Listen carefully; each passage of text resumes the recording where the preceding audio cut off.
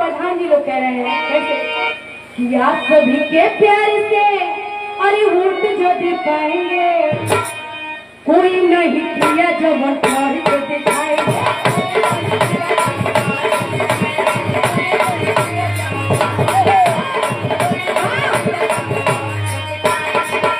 आप सभी के प्यार से वोट जो दे पाएंगे,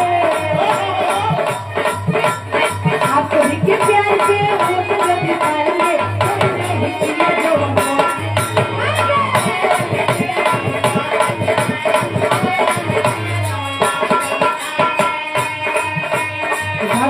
पहले बारे पानी के व्यवस्था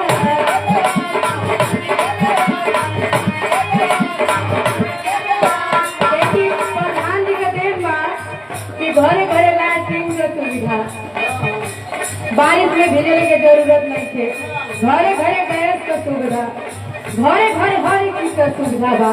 ये सब देन प्रधान जी के बा।